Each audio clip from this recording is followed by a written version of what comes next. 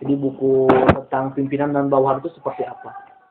Jadi kalau orang yang masuk organisasi tidak baca buku itu, sulit untuk memahami kalau posisi saya sebagai bawahan bagaimana, posisi saya sebagai atasan bagaimana.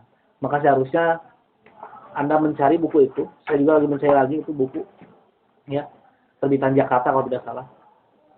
Itu Leadership and Followership, bukunya bagus untuk memahami bagaimana Anda tahu kalau saya sebagai ketua umum seperti apa, kalau saya di bawah ketua umum sebagai apa. Karena tidak aneh dan bahkan sangat banyak orang-orang yang terbiasa jadi ketua umum, tiba-tiba tahun depannya dia tidak jadi ketua umum, kelabakan dia. Mengapa kelabakan? Karena konteksnya dia menempatkan posisi diri sebagai pimpinan.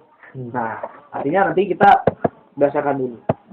Pertama, permohonan maaf, saya tidak mengutip dari buku sumber, karena memang tadi sore saya beres ngawas langsung kutak-kutik sambil lihat di internet saja, menambahkan, ya, bukunya sebetulnya ada di rumah tadi, karena saya memang buat di kampus, jadi mohon maaf saya menggunakan sumber-sumber yang tidak tekstual, tapi kontekstual saya membicarakannya kalau di internet itu.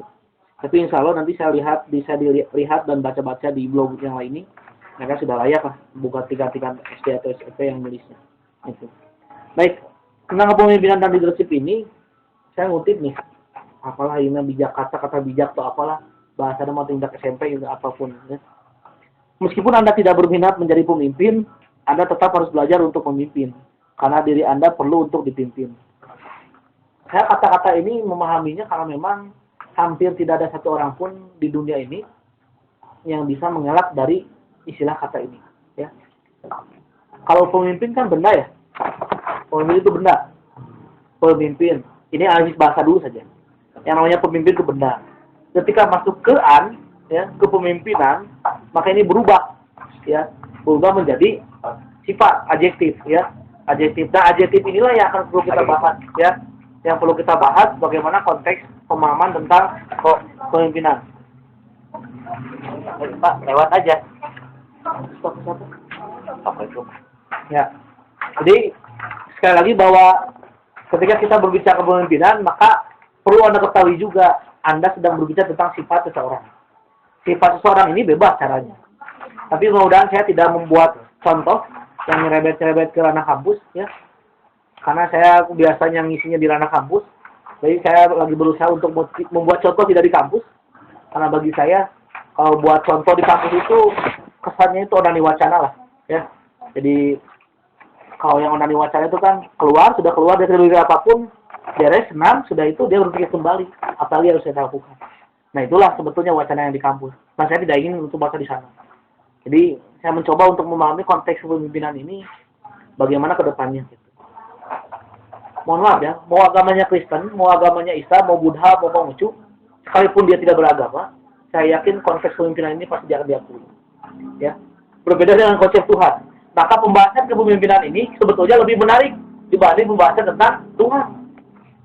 Kalau Tuhan itu pasti ada yang menganggap, sebagian lagi ada yang tidak percaya bahwa tentang Tuhan. Ya. Tetapi dalam konteks kepemimpinan, siapapun pasti akan menganggap bahwa di sanalah dia ada. Gitu ya. Mohon maaf, saya bukan orang politik katanya. Saya nggak suka tentang kepemimpinan, bohong. Buktinya apa? Dia punya ibu, dia punya bapak. Ya. Oh, saya nggak punya ibu, punya bapak. Pertanyaannya kapan dia dilahirkan? Ya, artinya secara kodratnya tidak ada satu orang pun yang bisa mengelak tentang kepemimpinan ini. Gitu. Mohon maaf, saya kuliah, saya belajar hanya kuliah pulang. Jadi saya tidak suka kepemimpinan. Kata siapa? Anda diberi uang pun itu sudah proses kepemimpinan. Orang tua ini 10.000 atau ongkos kuliah, itu sudah proses kepemimpinan itu. Kalau mau kita sadari. Pacaran, apakah tidak ada proses kepemimpinan? Ada di sana. Ketika sebenarnya saya sayang, itu bukti antara atasan dan bawahan sebetulnya. Artinya ada posisi di sana. Atau posisi partner di sana ada. Jadi sekali lagi bahwa tidak ada satu orang pun yang bisa mengatakan konsep kepemimpinan. Gitu ya. Nah selanjutnya, saya mencoba di awal itu memaparkan dulu. Buktinya saja, Tuhan sudah mencontohkan apapun yang terjadi. Bahwa kita pasti akan mengalami hal itu. Nah contohnya apa? Ya Nabi Adam lah. Nabi Adam diciptakan, bukan dilahirkan ya. Diciptakan. Karena kalau dilahirkan nanti, mohon maaf saya jadi murtad ya. Kalau ada yang mengatakan bahwa Nabi Adam dilahirkan, berarti orang sudah murtad tuh. Ya. Kalau diciptakan beda. Ya. Kalau dilahirkan diciptakan berarti beda. Nah, yang jadi permasalahan adalah saat ini kita melihat bagaimana kondisi masyarakat sekarang yang beralih pada hal-hal yang seperti itu. Gitu ya. Buktinya apa? Nabi Adam ketika kata Allah diturunkan, tiba-tiba kata qala ini ja'ilun fil ardi khalifah ataj'alu ma fiha gitu ya. Dia bertanya lagi, udahlah kamu jadi pemimpin di dunia ini. Kalau udah baik tuh keadaan tanpa ada pemilihan, tanpa ada voting. Apalagi dengan istilahnya embel-embel kampanye dulu, kan pemilihan dulu gitu. Kesana kemari nggak ada itu istilah seperti itu. Nyalek dulu nggak ada istilah gitu. Ya kalau kita sudah memahami tentang politik kecil-kecilan lah gitu. Nah inilah sebetulnya anomali pemikiran ya, kerancuan berpikir seseorang gitu. Ya seperti di lingkungan kita lah. Saya nggak suka politik, tapi pasti kampus nilainya goreng, langsung datang ada dosennya. Kata siapa itu bukan proses politik itu. Dan itu adalah proses kepemimpinan antara pimpinan dan bawahan. Makanya ketika ada yang mengatakan bahwa saya tidak suka kepemimpinan, saya tidak suka organisasi, yakinilah orang itu sedang menanami wacana. Ya. Jadi kalau orang lain apapun itu, kalau dia sedang mengatakan bahwa saya ini sebetulnya dia sedang menanami wacana. Kalau nggak apa lagi masturbasi. Ya. Ini yang jadi perlu kita kaji lagi. Gitu. Senior lewat pasar pendidikan ini semua.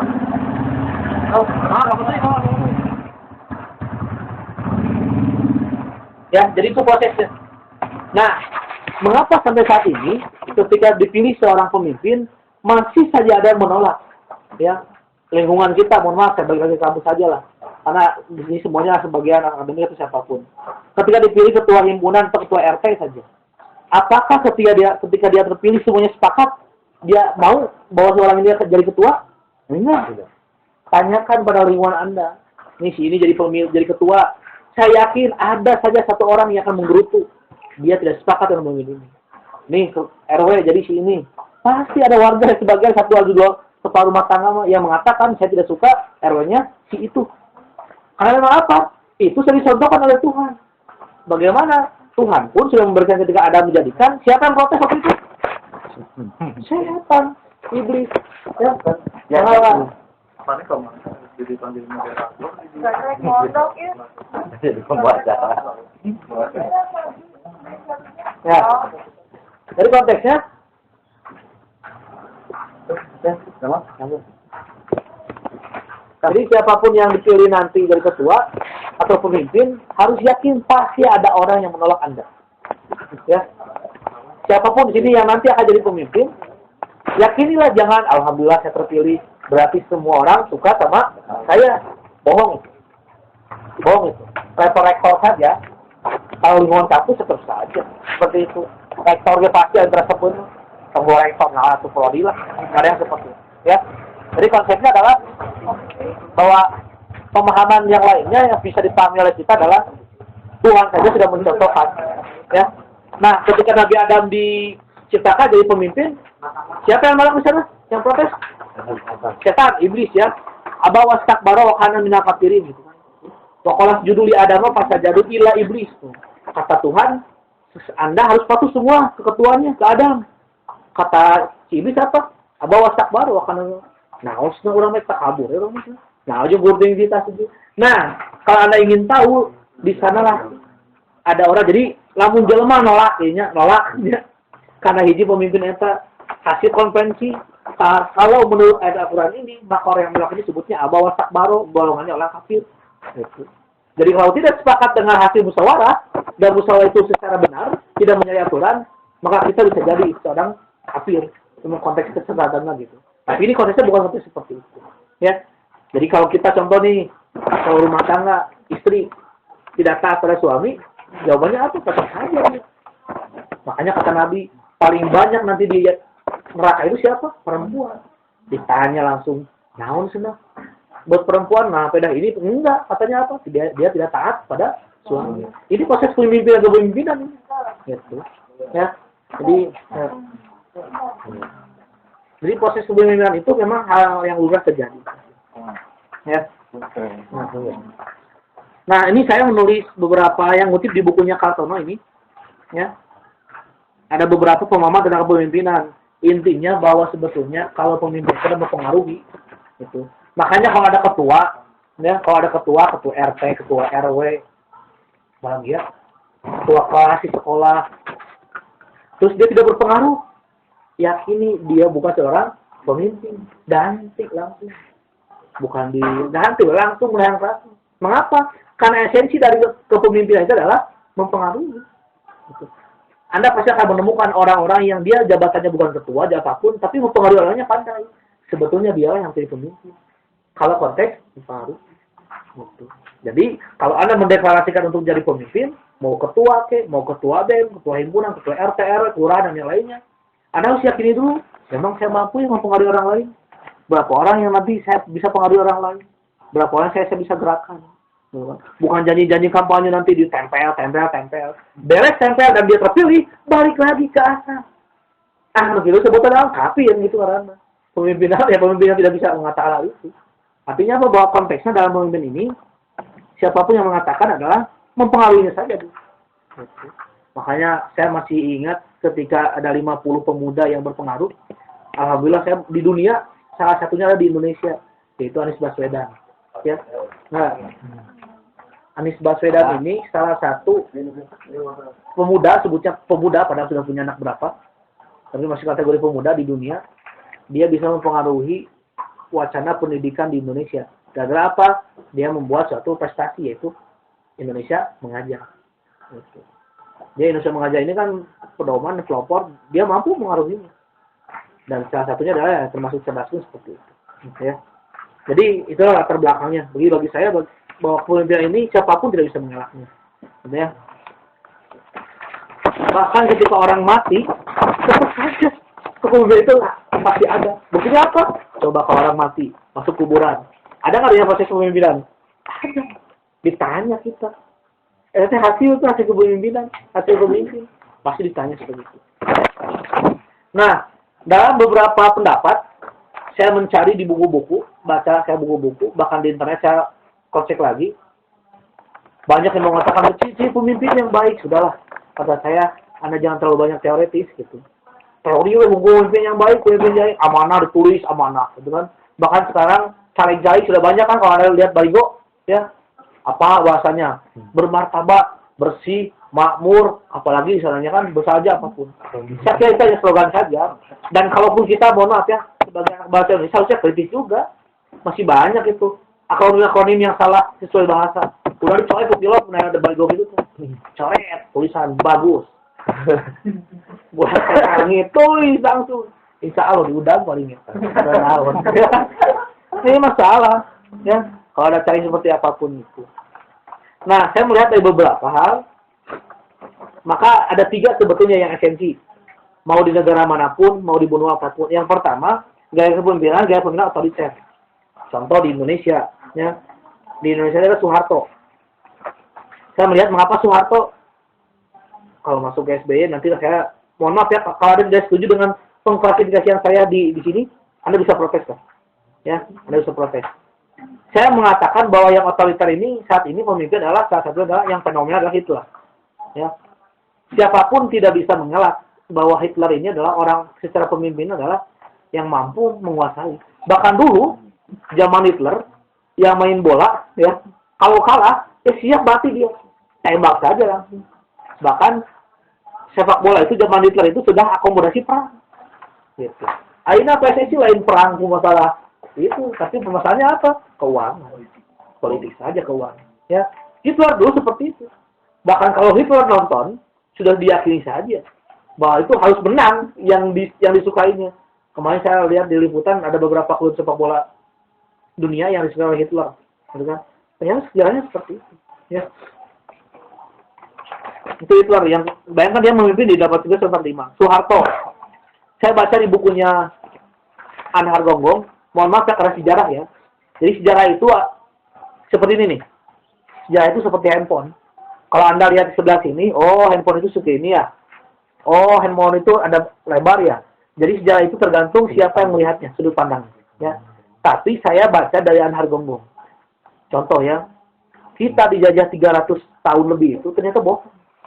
Menurut Anhar Gonggong. Ya.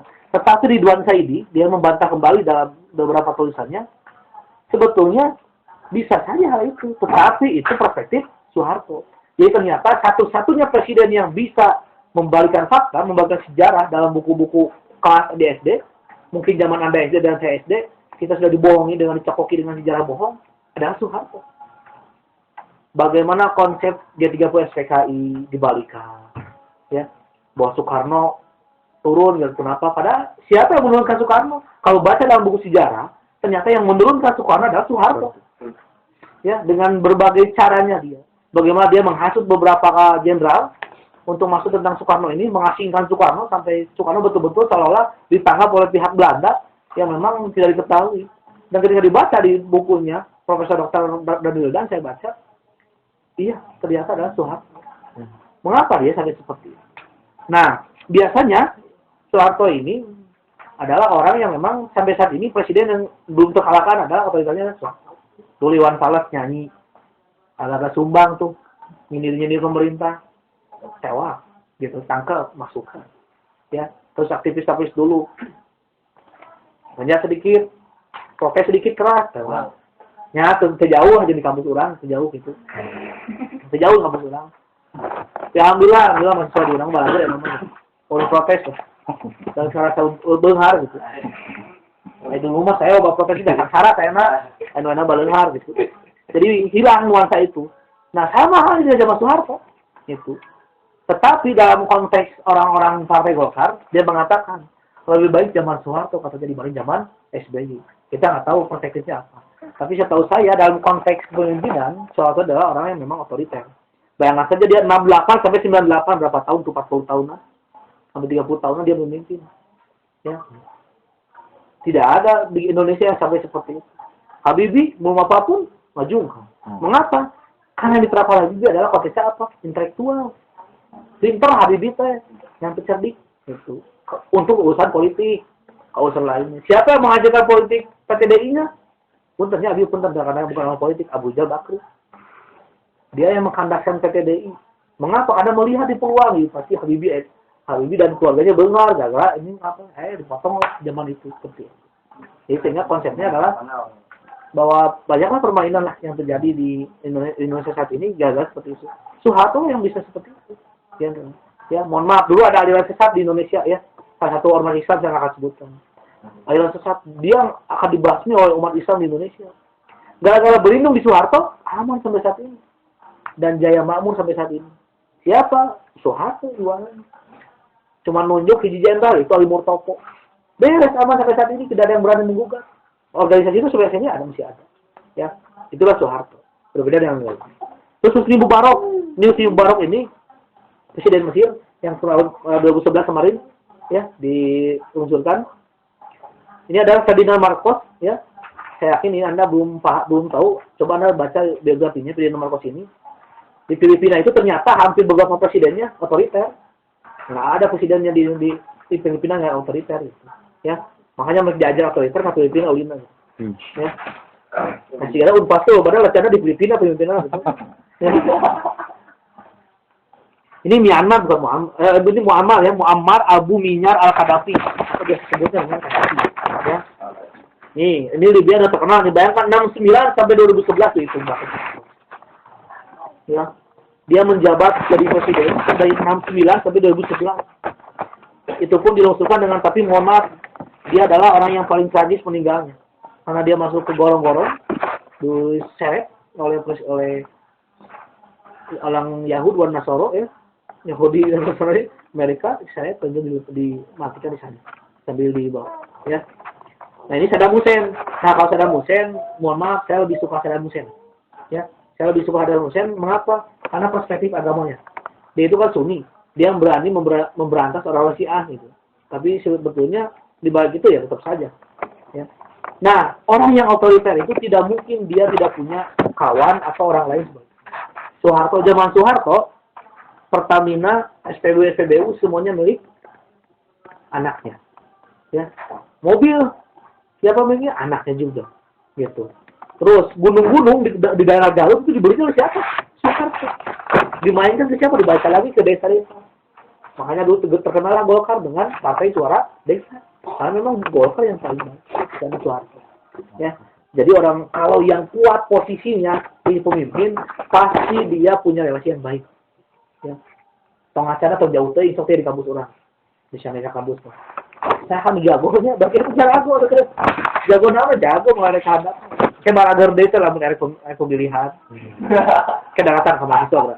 Ya mereka pemilihan datang ke mahasiswa terus. Gitu ya. Padahal mahasiswa teh intelek mahasiswa teh disebut lagi agent of change. Padahal agen 16 saha, change 16 mana. Ya itu agen of change bangsa. Itu yang otoriter ya.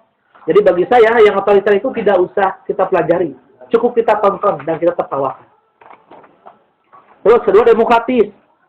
Nah, gaya demokratis ini saya masih contohnya bukan pemimpin apapun, tapi saya perpaduan. Saya melihat bahwa pertama ini Mahatma Gandhi. Mengapa saya teringat kembali di kuliahan ketika mengajar ada salah satu mahasiswa yang ngutip Mahatma Gandhi. Terus saya tanya, siapa Mahatma Gandhi? Dia nggak tahu. Kata saya, mengapa Anda kutip kalau Anda tidak tahu? Agamanya apa? Islam bukan, kata saya. Mungkin kok. Ya pakai mungkin Bang Sese gitu. Mahasiswa pakai mungkin ya. Jadi Mahatma Gandhi ini adalah salah satu pelopor di India. Dia bagaimana menyatukan antara agama Islam dengan Buddha. Ya Buddha, Hindu pun bahkan di sana digabungkan. Hindu, Buddha, tapi konsepnya Hindu dengan Islam yang kuatnya. Mempersatukan Mahatma Gandhi ini bagaimana supaya tidak ada lagi istilah diskriminasi. Gitu kan. Maka kemarin ada di Jakarta deklarasi anti diskriminasi. Sebetulnya itu kan ajaran Mahatma. Satyagraha itu adalah ajaran Mahatma Gandhi yang meluruskan menuju jalan yang benar. Itu ajaran Mahatma Gandhi. Dan Mahatma Gandhi mengatakan bahwa udahlah di dunia ini jangan berpikir tentang agama-agama. Yang penting kita lurus, beres semua. Dipakai orang Islam sekarang. Nggak usah pemikiran Islam Hindu dan apapun, pemikiran Kristen.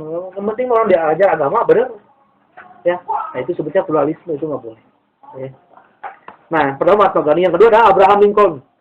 Jadi Abraham Lincoln ini, siapa Abraham Lincoln? Apa itu? Nah, Presiden Amerika. Dia yang sebetulnya bisa membuka Amerika dulu, tabir Amerika tentang konsep bagaimana berdemokrasi di Amerika. Muncullah Partai Demokrat di Amerika. Ya. Soekarno, nah mengapa Soekarno mengklasifikasikan ke demokratis? Buktinya apa? Buktinya Soeharto masih sanggup kan ngajungkau. Ternyata ke demokratis itu. Ya. Dalam bentuk demokratis semua bisa ngajungkau. Ya, buktinya apa? Ya buktinya beberapa menteri pun dulu, M. Nasir dan apapun, masih Soekarno itu masih menerima debat. Dan saya masih ingat di bukunya Debat dengan Hasan, Soekarno menerima masukan dari Hasan, seorang ustadz, tentang konsep keilmuan filsafat. Gitu. Jadi mengatakan filsafat Pancasila. Saya nggak tahu apakah orang-orang PKN baca itu filsafat Pancasila atau tidak.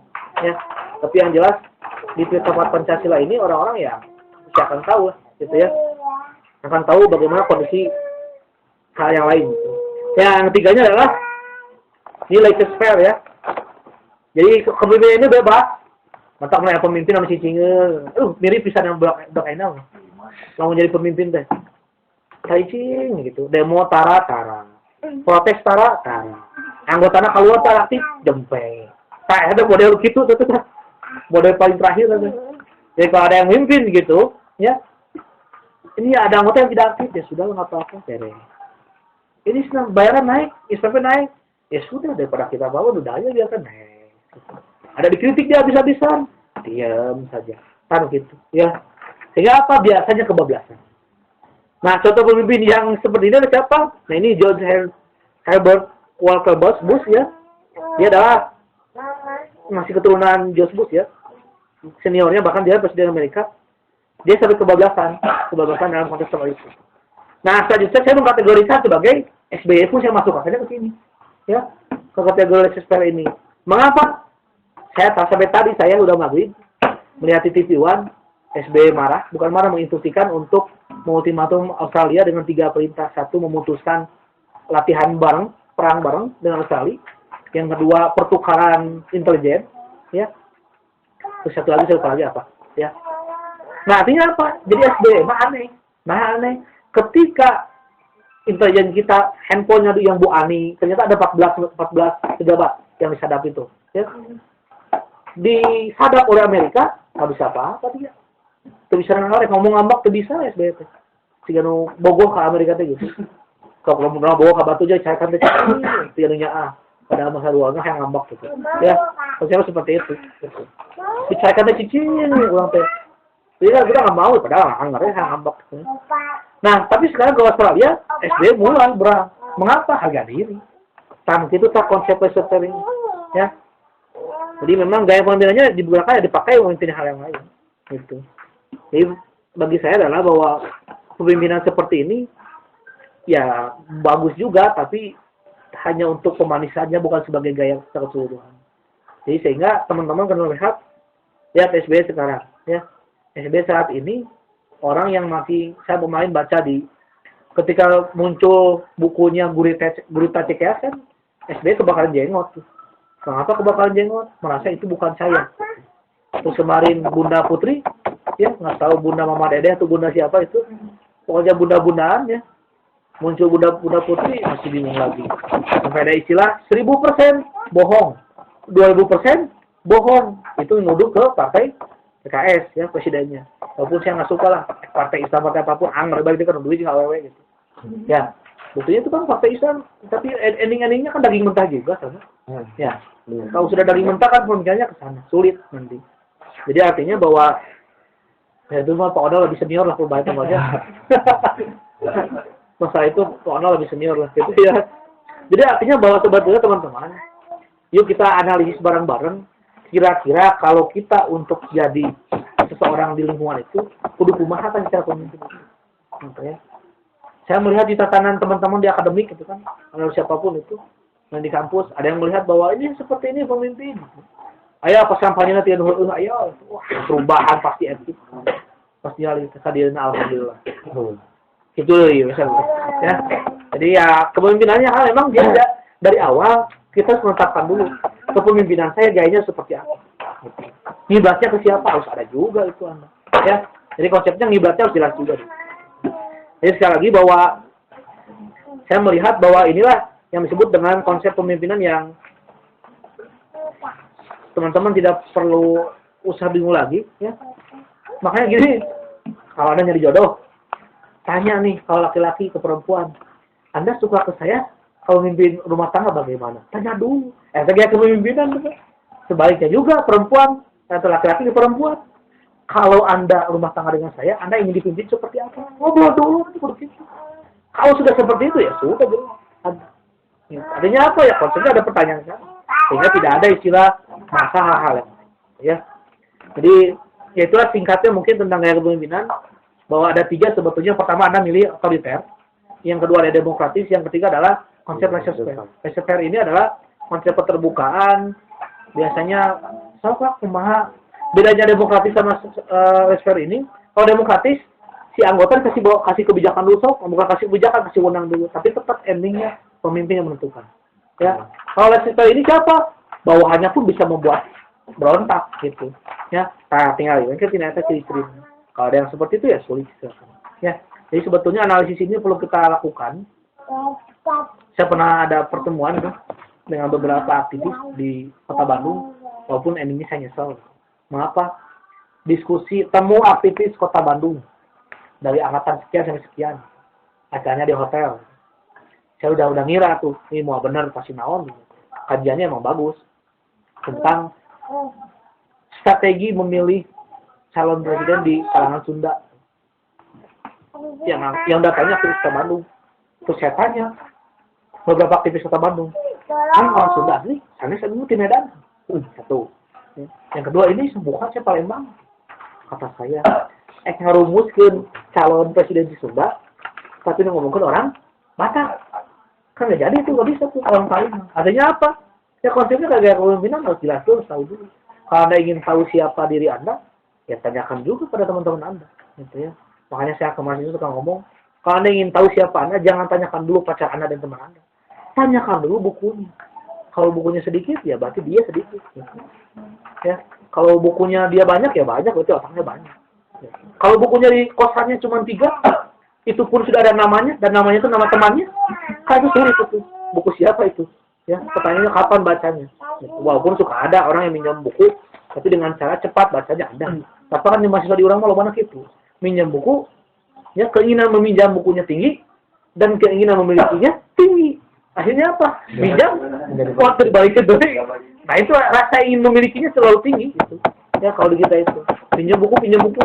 Ada yang sampai nanti udah minjam ke perpustakaan, udah 4 tahun, 3 tahun buat sarjana, karek ingat mengapa? Karena dipinta nanti harus bebas skripsi. Karek apa? Doang ginjung.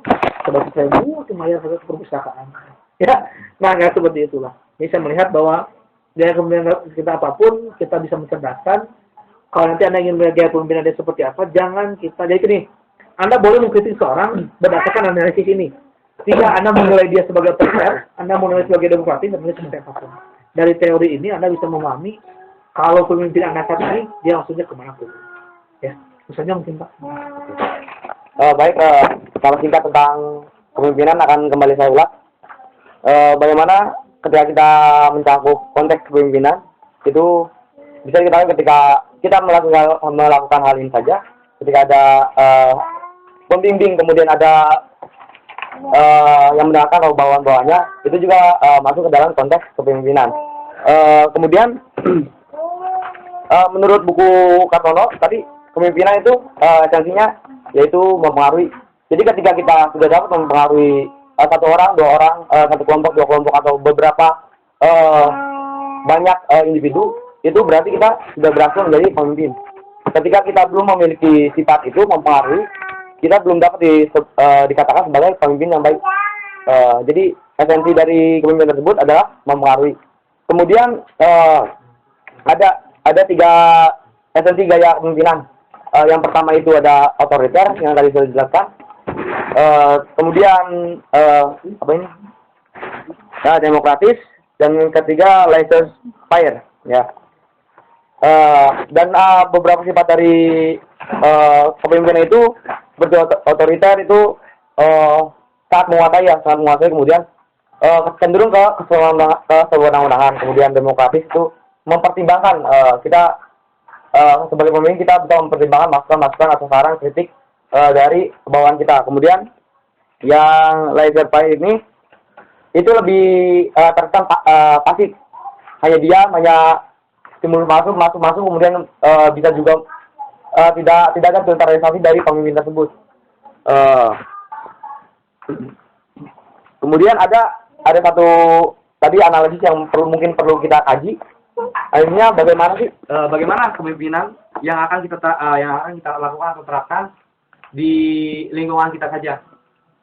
Mungkin dari rekan-rekan ada yang menambahkan atau menambahkan tadi dulu, atau mungkin mau bertanya.